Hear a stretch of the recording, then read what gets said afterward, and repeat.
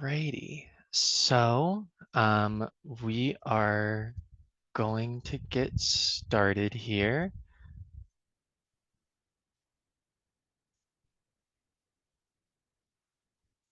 So we do have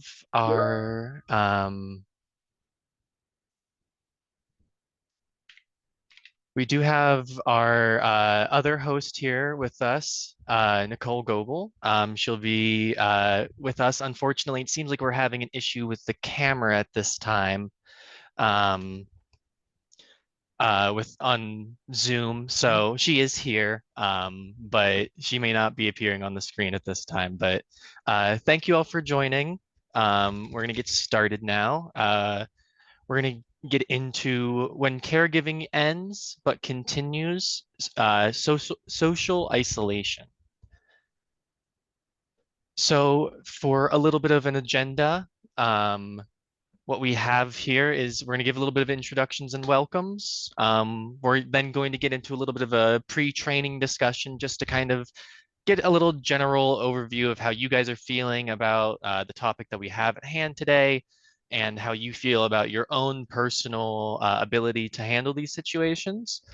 A program overview, uh, and then we're going to jump right into the training itself. After that, we're going to get into the post-training discussion, a little bit of a Q&A in case you guys have any questions. And there is the Q&A feature. Please, if you have any questions, please feel free to put them in the Q&A and we'll get right to you on those during that time. And then at the end, we have some further announcements and a closing. So without further ado, we're going to get started here with some introductions. I'll go first. My name is Dakota Heath. I'm the John Shaw Policy and Programs Fellow here at Caregiver Action Network, and I'm super excited to be chatting with you all today. And I'm joined by my co-host, Nicole Goebel. Nicole? Hello. Hi, everyone. My name is Nicole Goebel. I'm the Director of Community Initiatives. I'm really excited to be joining you all here on this webinar. I think if you've been able to join us for our previous webinars where we've talked about um, the EmbodiedLabs kind of platform, I think you have a good sense of what's in store and how it can make a huge impact for family caregivers. So excited to have you all here. If you want to introduce yourself in the chat, that would be amazing, just so that we can see who has joined us and where you're joining from. That would be lovely. Absolutely. Absolutely.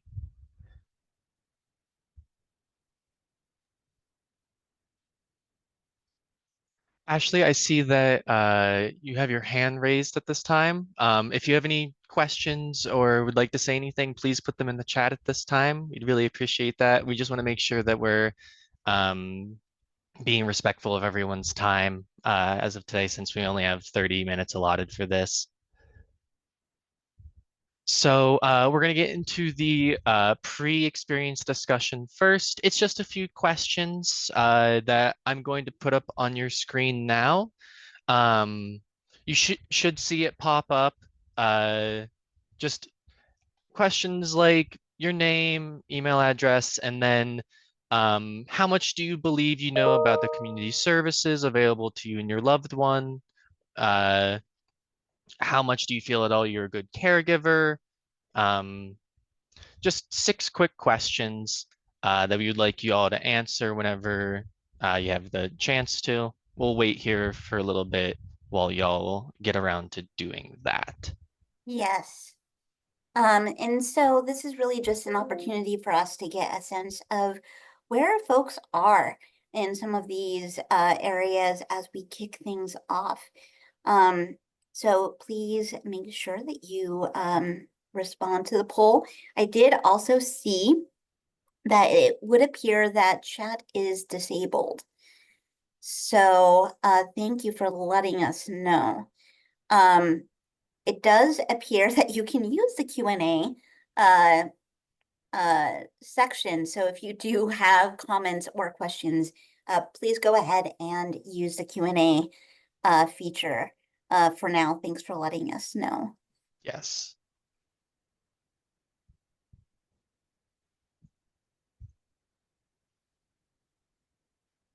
Appreciate for letting us know that. Thank you, Ashley. Yes, if any of you have any questions or would like to put any um, comments or anything, please just enter them into the Q&A and we will get right back to you.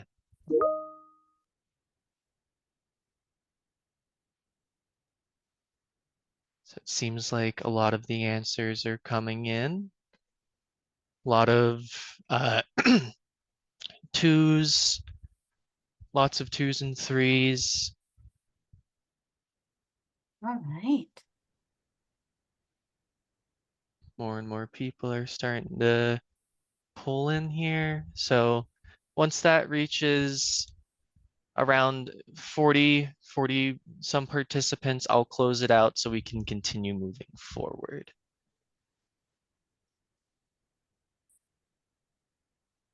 Looks like everyone is putting in their, yeah, it looks like around 51% of you are giving around a 2-ish. For most things, yeah, it seems like generally you have some idea of competence or um, feeling like you would be able to prevent social isolation if you or your loved one were to fall into that. And that's why we're here today, just to see how you guys all feel about this, what we can do to better further your understanding of it, or even potentially give you pointers on what you can do better to prevent these things. So I'm going to end the poll now. Actually going to share the results. These are all anonymous, obviously, so you won't see how each of you answered. But as you can see, this is how y'all all laid out. With a lot of you saying 50% or twos, like I said. Yeah. So good stuff all around. Hopefully we'll be able to get that number up a bit. So with this webinar, or actually, sorry, Nicole, if you would like to take. Sure. So kind of let's talk a little bit about what the purpose of this webinar is as we get into the meat of the content here. We want to kind of share how social isolation can impact you and your loved one.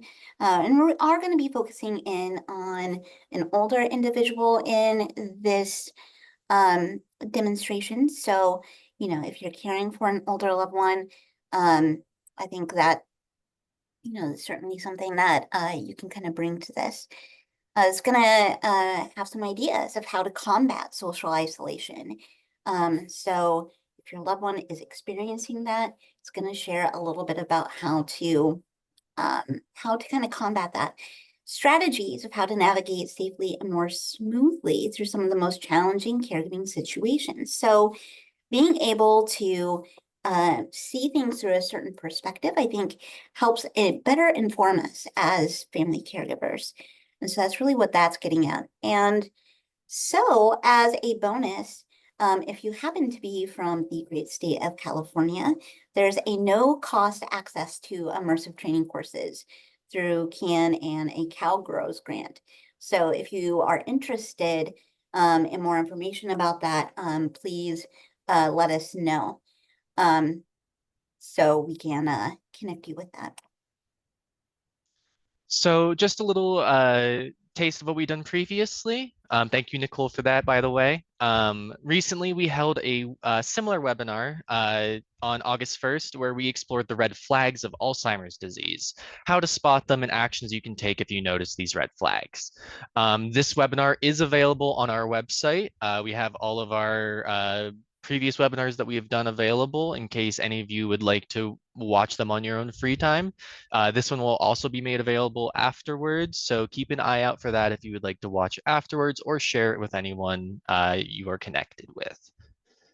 So with that being said, we are now going to jump into the training. So I am going to stop sharing my screen for a second so I can move over to that. Let's see. Share screen. This one. Share. Alrighty. So now that that's being shared, I'm going to pop this back up. Okay. So in this module, as I discussed, we're going to be talking about social isolation. And particularly in this module, we're going to be talking about community inclusion. We're going to be experiencing living alone as a recent widower and chatting with social workers about community resources and successfully using technology to stay connected with family and the community around you.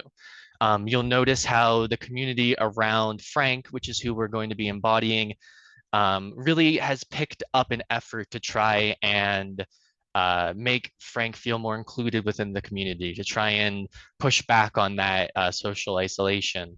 And we'll see further on within the module a social worker coming to Frank's house to discuss different opportunities that may be available to him that he may have not have known about. We'll also learn about opportunities for meaningful engagement and promoting independence while ensuring medical and safety needs are met while aging in place. The value of personalizing services and plans of support that honor individual preferences and strengths, and also how to connect isolated older adults with community resources and/or refer a social worker to facilitate connections and empower them to age in place. So as I said, we're going to be embodying Frank. He is a 72-year-old man experiencing grief over the death of his wife, Maggie. Maggie's death has isolated Frank from his children, friends, and suburban community. The social isolation will be complicated by related health issues, including diabetes, heart disease, excuse me, a foot injury, alcohol, and poor nutrition. So as I said, we're going to get started here and just see how the community around Frank is pulling together to really assist him. Will develop cognitive impairment or dementia. However, there is also evidence that a network of supports can prevent this harm to a person's body and brain. For example, older adults who have ways to engage in regular, meaningful relationships with others, or who possess a sense of purpose in their daily activities, are able to live longer, healthier, happier lives. It's up to all of us to create connections for elders in our society so that they can thrive.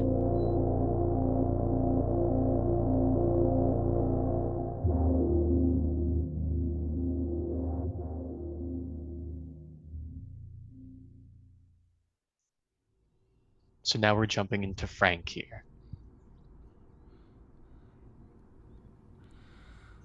What was I watching again? Oh, yeah. A little show about how I can't do it all myself. Well, Frank still has a little bit of hope left. Let's see what the day brings.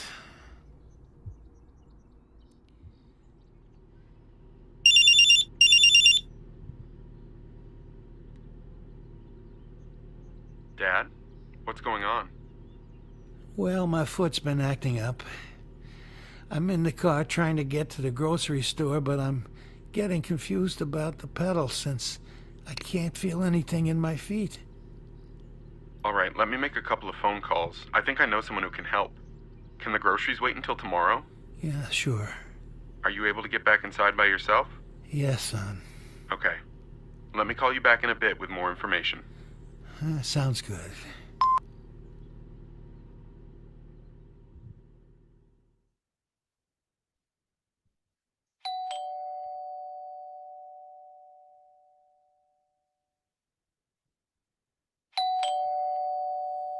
I'm coming.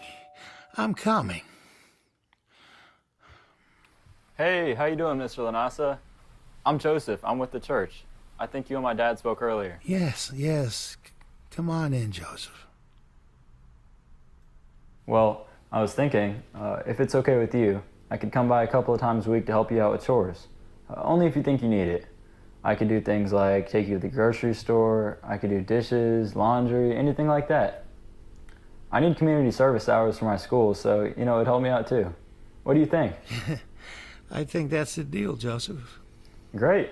Are you okay starting out today? My dad said you need to get to the grocery store.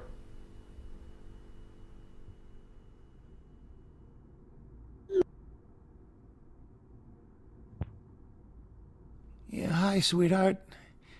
I sure am. Let me get to the kitchen.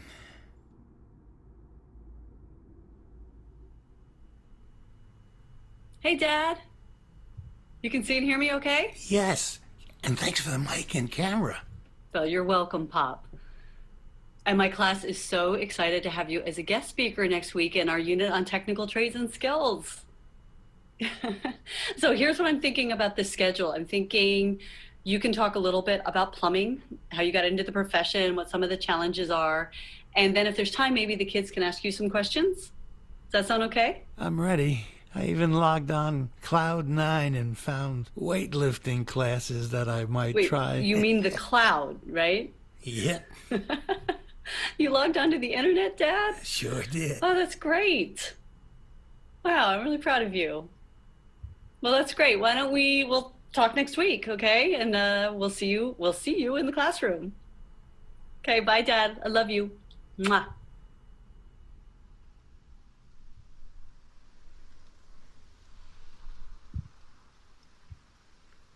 Dear Pop Pop, thanks for the sweet letter and the birthday check. I wish you didn't live so far away and could come to visit more often. I am getting a little nervous for college, but I'm also excited. I hope you're keeping busy at home and spending time with people. I know it's not the same without Grandma around, and I'm sure you don't know how to cook, but you could get on the internet and learn. I watch different tutorials all the time. Next time we video chat, I'll show you how to find them. Take care, Pop Pop. Love, Becca. Hey, Frank. How you Oh, doing? Penny, hi. We're having a cookout tomorrow between 3 and 6. Please come if you can. I'd love to, thanks.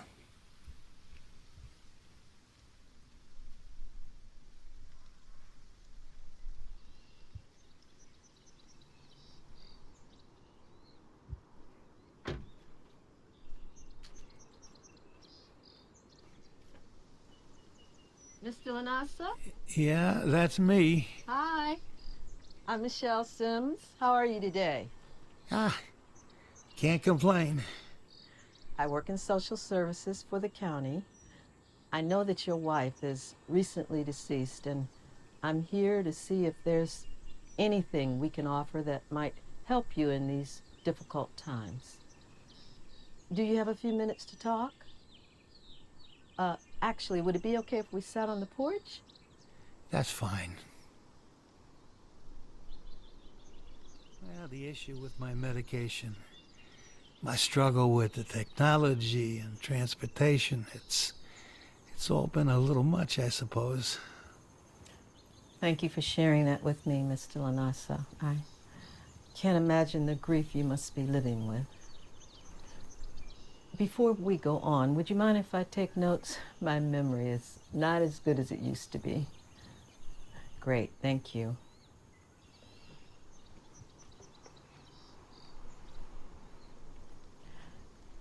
Are you taking medication for your diabetes? Yeah, sometimes. Before I leave today, let's get a plan in place to make sure you have easy access to medicine so that you can take it regularly. It's so important for your physical health, and let's not forget your mental and emotional health as well. Overall, what would you like in your life right now to make you feel better? If you could choose one thing, what would it be? So here's actually a section where we can choose what we believe Frank would need in these certain situations. So he talked a lot about technology being something that was difficult for him. So if we were to click on technology classes, The public library actually has quite a few classes you might like, but the technology one is probably the most popular. We can get you a ride down there if your foot is not well enough to walk or drive your car. so as you can see, it's giving helpful hints of, oh, you might have not have known that your local library may have classes that may be able to teach you helpful skills, such as how to use a computer or different sorts of things like that. Another thing that Frank mentioned was he was having issues getting around with transportation. So This would be through our office. We have transportation services for older adults who need to get to medical appointments, the grocery store, or other places that are important to go. Depending on your needs, we can figure out what type of transportation will be right for you. and that could go for anyone who would need those transportation needs. Frank isn't alone in this in the sense that there are many out there who do need that extra bit of help when it comes to transportation. So if you believe that you or your loved one may need that extra help, it probably would be a good idea to search in your community for ways to get that extra bit of help for transportation. Food on wheels, since Frank is having issue going to get food at the grocery store. That's a great choice for you, Frank. Look, I'm not such a good cook myself, okay? You can easily qualify, and then you'll know you have something healthy each weekday. The drivers are really friendly too. You'll get to know them, and it will make their day to be able to talk with you for a while when they come by with your meal. What do you think? Even things such as repair cafes. Those might be not as well known, but they are places where you're able to pick up tools or even go to have things repaired if you don't think that you can repair them yourself. So that might be a thing that you or your loved one may be interested in if you feel like you don't have the capacity to do something like that. Oh, the repair cafe is great. That happens down at the senior center on Dixon. People can come with their repair questions or bring things that are broken and get advice on how to fix them. Lots of younger people come as well as older adults. Mr. Lanasa, you mentioned that you used to be a plumber. This group would be a great way for you to share your knowledge with others. And it can even extend to that. If you believe that you have knowledge that you could share, you could become part of that repair cafe. Even things like home Mr. services. Lanasa, we'll have to see whether you qualify for this type of support. I know you said you've got someone from the church stopping by now, and that's great. But you may be able to get help with shopping, cooking, cleaning, and other types of services through our office.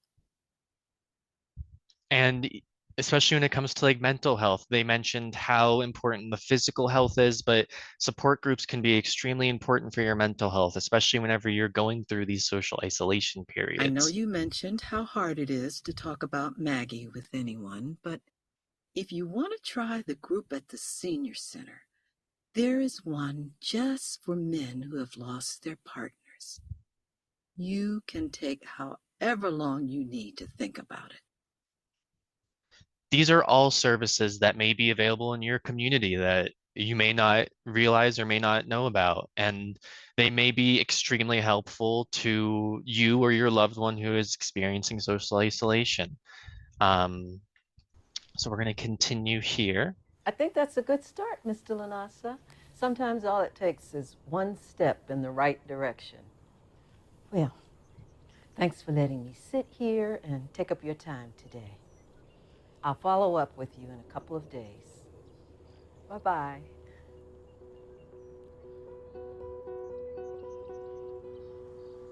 Well, that was a good visit. Michelle Sims, eh? Lots of services I never knew existed. Well, Francis, I guess it's time to take a hold of some of the hands extending your way and see where they lead you. Magpie, is that you making all these things happen down here? You don't rest, do you? Even up there. You just can't leave your old Frank alone.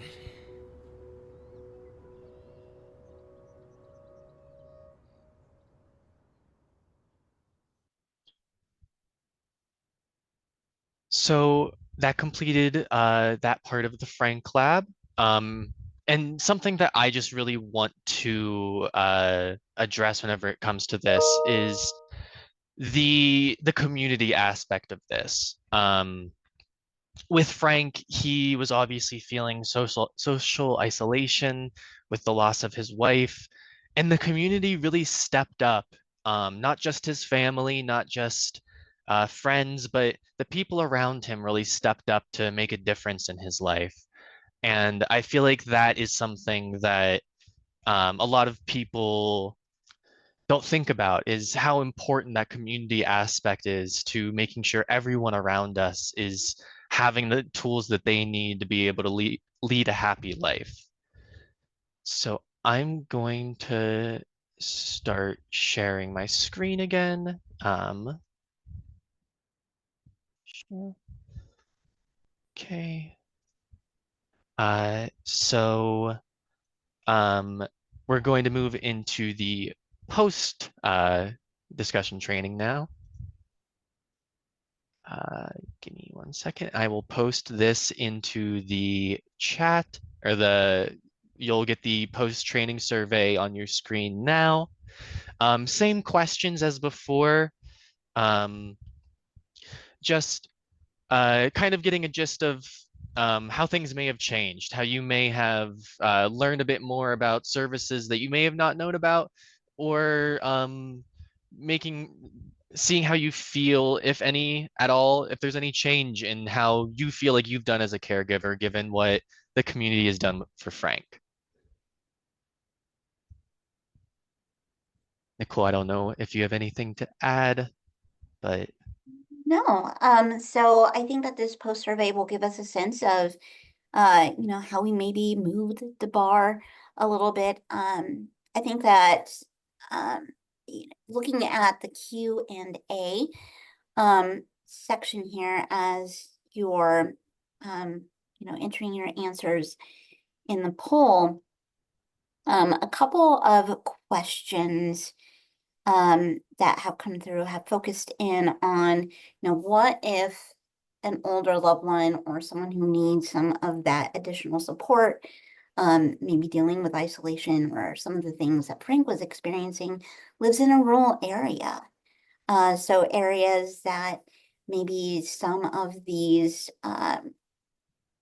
supports may not be as accessible. And I think that's a really good point. I think that one of the things that is always helpful to keep in mind is, for example, the module really started out with a member of the church coming over and, doing a couple of errands for Frank, and kind of being someone that he could chat with a couple times a week. So it doesn't necessarily have to be these, really formal kind of services. Being able to connect to your community, however big or small, I think is really the key.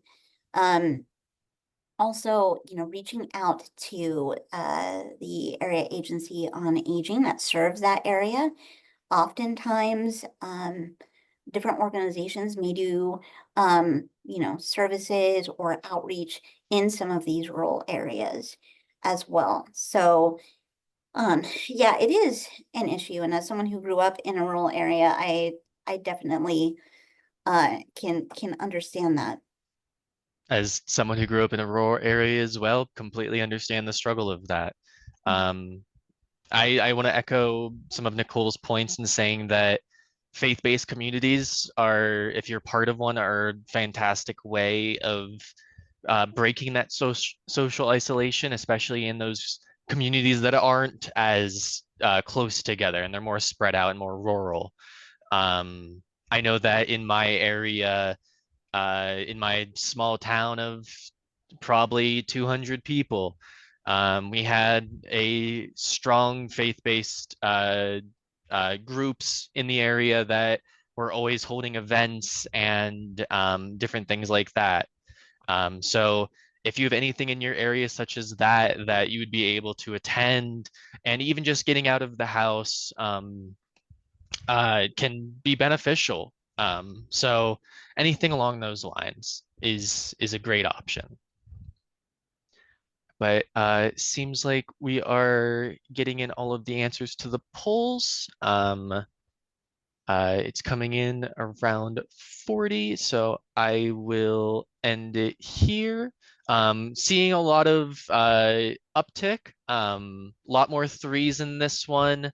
Yeah, a lot more threes, some twos still in there, but that's expected.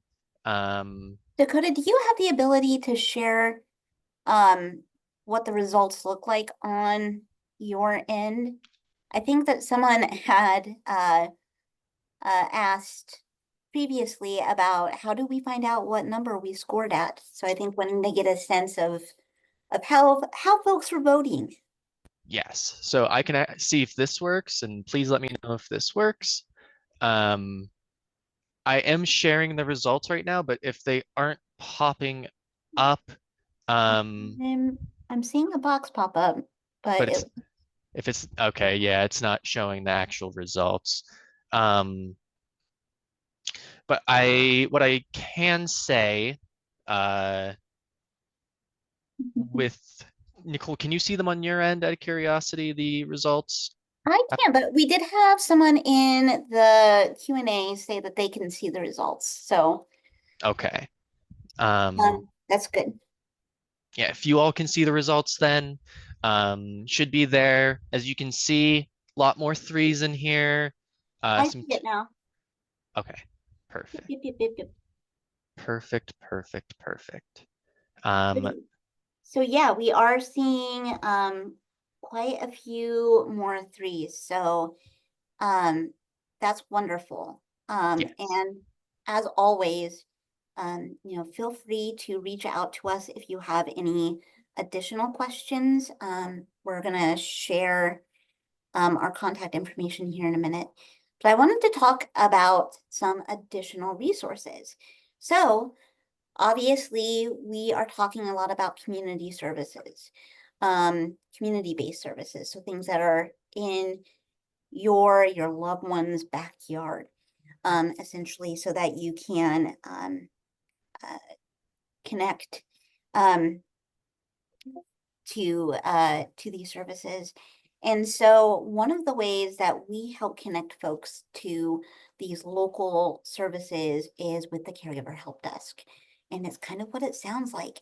It's a customer service line of sorts for family caregivers. And so you can call that number that's right there on the screen. You can also go to our website, caregiveraction.org, and you're going to see an orange button on, I think, the bottom right hand of the screen. And it's going to say Help Desk, and you can click on that and chat. I do want to specify that this is not a crisis line. So we definitely recommend that if you are experiencing a crisis, that you utilize those crisis lines for that immediate support. Also, it's not a 24/7 support line. So it is Monday through Friday, 8 a.m. to 7 p.m. Eastern, but you can reach out anytime. So you can call and leave a voicemail, or the chat message that you type up will be sent as an email. And the amazing help desk folks are fantastic at getting back to folks within a business day or two. They're very, very, very quick. So highly recommend that as an additional resource if you want to, find out more about any kind of supports or services that may be available in your area, or if you have questions. Sometimes can be difficult knowing where to go for questions. So just having someone that will listen can be really, really helpful. Yes. So we understand we're past time as of right now, but we still wanted to take time for questions if anyone has any. Um, let's see. Uh, so, um, are repair cafes in most states? Does the Office of Aging on state site point to them? That is a very good question. I believe that repair cafes are available in most states. It depends on your location, as is with most things. As we said, rural areas may find it more challenging to find these things, but they should be available in most states. Yes. I do have trying to balance. What are the options available to people that don't have that community support? So options available for people that don't have that community support.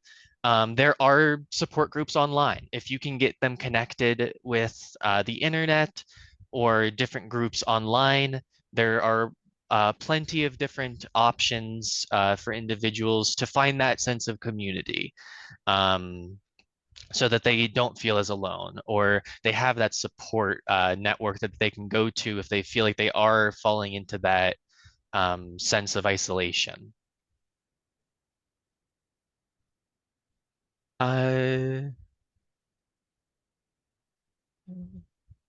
And I think that we answered a couple of those questions about, um, being in rural areas or areas where some of that isn't um, um, readily available. One question that came in just a couple of minutes ago was from Felicia asking, would you say that services being offered are free of charge, like the Meals on Wheels, transportation, or even the repair cafes at senior centers? Some folks don't like to reach out because there's always a cost associated with services. Oftentimes, yes. Some of these programs will vary based on eligibility. There may be, some boxes that need to be checked. But a lot of programs that are offered kind of in that wheelhouse are usually provided free. And these can be provided by, a number of different organizations. For example, the Community Care Corps program um, is a great example of kind of this network. If you're not familiar with Community Care Corps, it is kind of a program that provides support to volunteer programs, essentially. So we are working hand in hand with US Aging and OASIS, I think out of Missouri, and we have been providing support to volunteer programs. So just like the young man at the beginning of the Frank Lab who came over from a church, churches or other organizations will have volunteers that provide, come over and, bring groceries or help with some errands like cooking or doing a little bit of like housework, things like that. And that's always free of cost. yes. So I'm not seeing any more big questions in the chat. So I'm going to move on to this. Cole, if you would like to give some information about our socials. So again, if you are interested in learning more about Caregiver Action Network, you can go to caregiveraction.org. Again, our help desk line, 855-227-3640. If you do have any follow-up questions or want to be pointed in the direction of anything, you can always reach out to us via email at info@caregiveraction.org. I know it's an info email address, and sometimes folks are a little bit leery about reaching out to those because it's like, does anyone actually read these? Does it go into a hole? No, actually, Dakota and I both are checking that account and will respond. So please feel free to reach out to us. And of course, follow us on Facebook. Also, if you are interested, we have a Facebook group that is now over 1,000 members. And we do weekly what we call real talks. So we jump on and talk for just a handful of minutes about some different caregiving topics, and it's been really great. So lots of ways to be connected in that regard. So feel free to reach out to us if you have questions. And thank you so much for spending a little bit of time with us today. Yes, thank you so much for all of y'all's time. We really appreciate it. I'm going to post a link to the Facebook group. See if I actually can. There we go. There's a link to the Facebook group in the chat. So you should be seeing it there. But thank you all again for attending. We really, really appreciate your time, and we hope that you were able to gather some vital information out of this. Like I said, this recording will be made available on our website afterwards in case you'd like to watch it or point it to anyone who you think might find it interesting or helpful. Thank you again, and I really appreciate you all being here. Have a great rest of your day. Bye, everyone.